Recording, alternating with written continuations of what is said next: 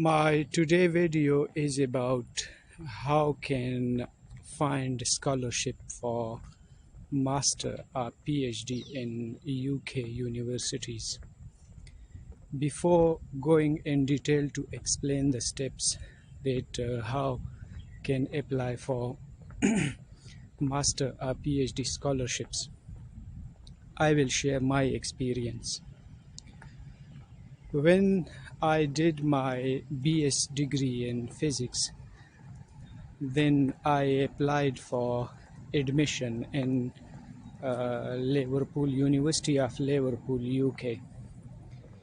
So I just applied for admission and I was looking for that how it will work. Like, I don't know, no one guided me and I not studied too much about it, that how can I do it. I just went online, University of Liverpool, and then filled the online application form. Here again the question is that why I applied for University of Liverpool, because in the city of Liverpool, one of my home country friend is living in the city of Liverpool. He is settled there. He been there from long time. So when I asked him that I'm interested to apply for a scholarship and admission for a master degree in UK universities, so as the University of Liverpool is in the same city and not far from his house, then suddenly he told me, why not you try University of Liverpool, and it's a quite good university. But at that time I don't know that much, so I went on the University of Liverpool website. I filled the admission form and attached all the required documents and applied for the admission.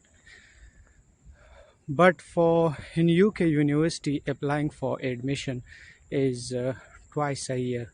Like for fall intake, that's starting in September, first week of September, and spring intake that usually start in first week, first 10 days of February.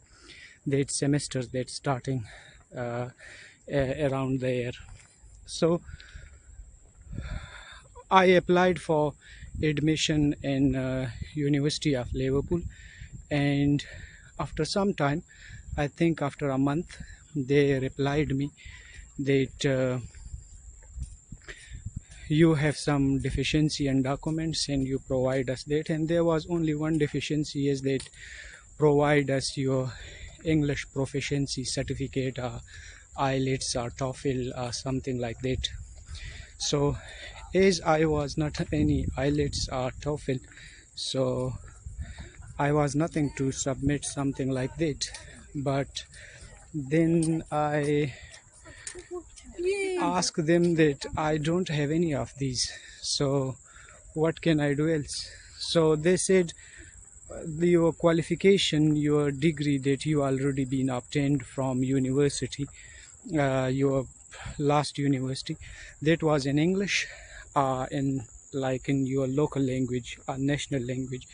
So as that was in English, so then they guided me that you submitted a statement of purpose and take a proficiency letter from your last university. So I did the same. I went on to my last university. They provided me English proficiency certificate. English proficiency certificate in the sense is that, like, they wrote few sentences that in this university educational medium is English, and this candidate did master from this department and from this date to this date, and our program is in English language. And then I also wrote a statement of purpose and submit that with the application form.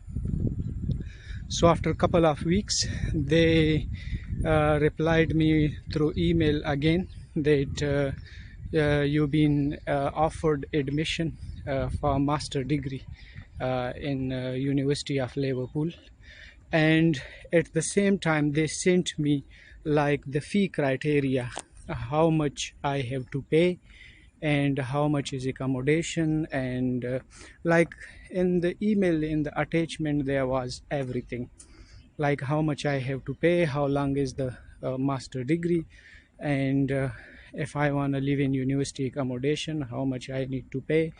If I'm living outside university, so what's the accommodation fee in general, in private hostels or in living places. So they shared me all those things. And one more interesting thing, and that was that they also shared me one more thing, that in the University of Liverpool we have 5 international scholarships, but those scholarships were not only in physics or in chemistry or in some engineering program or in humanities. Those scholarships were only 5 scholarships in university in all subjects. So they say if you are interested, so you can apply, and they also attach the scholarship form. They fill this form, attach the required documents and submit it before this date. So they already told me about the last date. They submit it before this date. I did the same. I attached, prepared all my required documents and filled the application form and applied for the scholarship. But one thing in those 5 scholarships was one condition, that only those students and candidates can apply to whom university already have offered admission. Like everyone can't apply. That was the condition. So when I applied, after a month, they emailed me that the university scholarship review committee has decided to offer you one scholarship among 5, and congratulations for that. And they sent me another letter. That one letter was about scholarship and another letter was for visa, in which it was mentioned that this student has scholarship from University of Liverpool. He has nothing to pay, and university will pay him 700 pounds a month as a stipend for books allowance and foods and clothing and everything and laundry and all, like what we need in routine normal life. And they also mentioned in that as due to as he has scholarship, so he will not need to pay anything for living in university hostel. So then I applied for visa, and the master degree program was for 18 months. That usually is in UK universities. If someone is in a degree program in which there is no research work like in humanities or linguistics, and so from UK universities, a master can also be done in 1 year.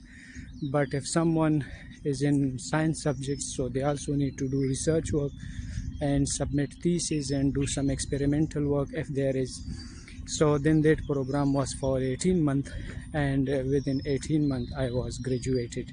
So this was my own experience how to find a scholarship in UK universities, and like how I found it in University of Liverpool.